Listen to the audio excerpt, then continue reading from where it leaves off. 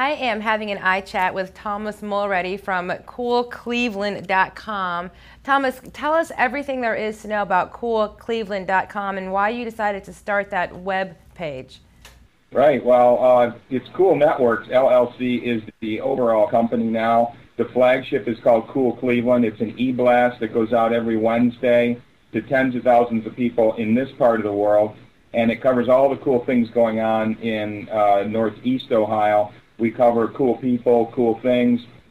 We cover technology. We cover the emerging economy around here. Lately, we've purchased the largest blog in Northeast Ohio, which is brewedfreshdaily.com. And now we're selling ads also on what's called Meet the Bloggers, which is a network of the top 12 blogs in this region. What made you decide to do this? I mean, what did you do in your former life that made you want to have this huge website? Right. Well, I have a background that's both in the business and in the arts. I'm an artist. I started a performance art festival up here that ran for 12 years, represented 1,000 artists from 24 countries. But I also worked for Campbell's Soup, Vicks Vapo Rub. I worked for the 10th largest bank in the country in doing e-commerce strategy. So I have kind of an interesting background. In 2002, Soleil was passing through town here, and they stayed in a hotel in downtown Cleveland for about a month. And I ran into some of their young artists, and I said, so how do you like it here in Cleveland? And they were like, well, to tell you the truth, it's kind of boring. They didn't know what was going on in town. I said, you know, I know about a lot of the art stuff and a lot of the cool business stuff. Let me send you an email. And I did. I called it Cool Cleveland. And then I started putting a few of my friends on it. The arts people I put on were like, wow, this is awesome. And they started sending me, you know, I'm performing next week. I got a show opening. They wanted me to promote their work, which was great. They saw it as a vehicle right away. They started sending press releases. And that continues to this day. The next week I put on some of the business people, and I was a little concerned as to whether they would appreciate it or not. But, you know, they were the ones who were like, wow, thank you for bringing everything together, putting it in an email and sending it to my inbox. And they were the ones who had the time and money to actually go out and see the things that we were promoting. They started forwarding it out to their friends. And one thing led to another, led to another.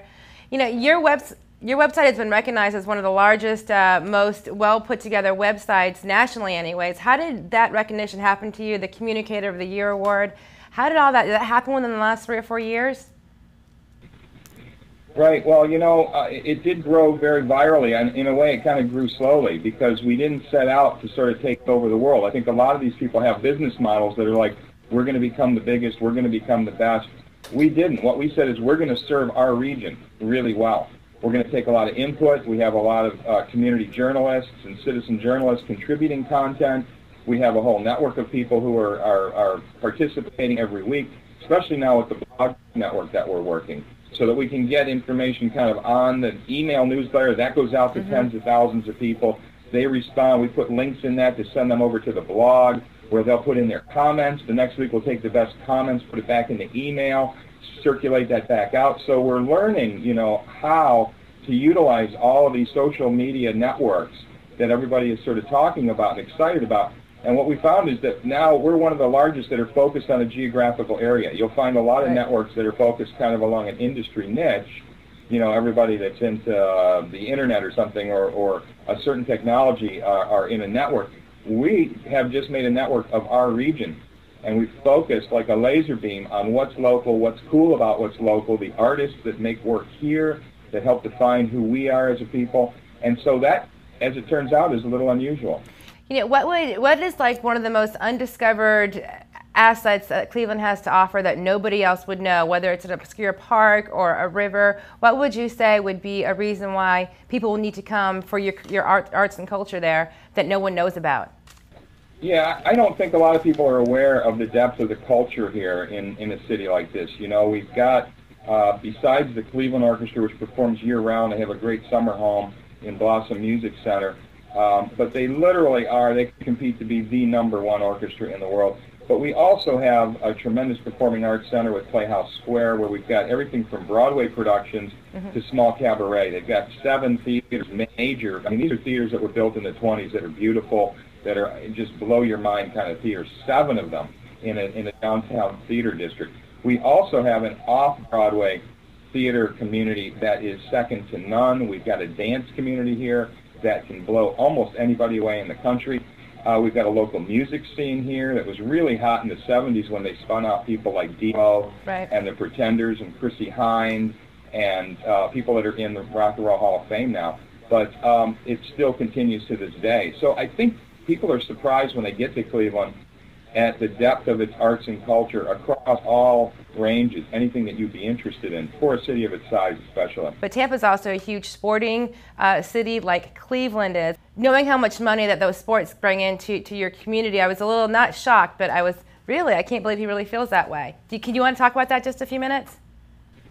Yeah, you know, the sports are very, very important in Cleveland as well. I mean, I haven't mentioned it, but we do have Major League Baseball with the Indians.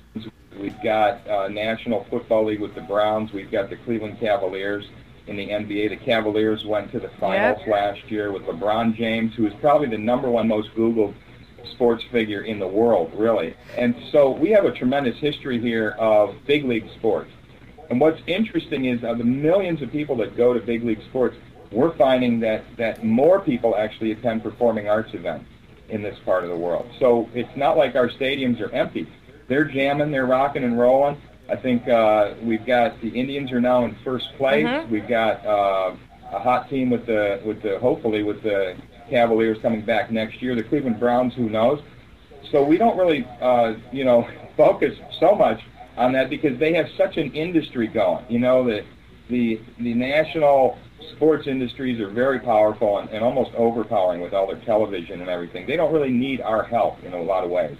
Although as advertisers are starting to work with us more and more, we're finding that we might find some ways to work with them. To cross-promote, I mean, if somebody's coming in from Tampa to go see Tampa play Cleveland, they will go visit your music scenes and they will go visit your arts and museums and they may even go visit a play. Yeah, 700,000 people come to Cleveland, and for whatever reason, and you know, more than half of them will pop over to the Rock and Roll Hall of Fame and check that out, or go to our Cleveland Museum of Art, which is going to be one of the largest in the country when it finishes its renovation. So we realize there's a lot of crossover. When's the last time you have visited the Tampa St. Petersburg area? Because I would love for you to come see our Performing Arts Center and see some of our local museums, such as the Dolly. When's the last time you've been here?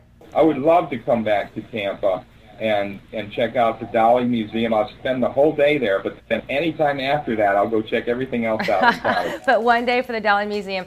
Thomas, I never run out of time, but one last question.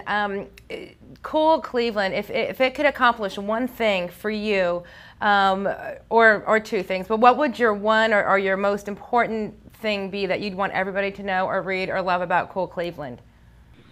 Well, the one thing that we already have accomplished is nobody comes up to me anymore and says there's nothing going on in Cleveland. They don't dare do that. We're putting out so much stuff every week that you can't even do it all, you know. There's just way too much stuff in our Cool Cleveland newsletter for you to even attempt to go out and experience it all. So that we've already achieved, you know. Now we're looking at the next level of sort of awareness of what's going on here and support. And I'll tell you, my final frontier, I think, is going to be the weather, because people are still always complaining about the weather in Cleveland, even though, as it turns out, the weather here is very mild. Well, thank you very much, Thomas. Can you give us your contact information on your website one last time? Sure. Thanks, Janet. We're at coolcleveland.com, and from there you can get links to almost everything else that we do. So it's a great starting point for all of our networks. Cleveland rocks, so does Tampa Bay's Media Talk. We'll see you right back here in 90 seconds.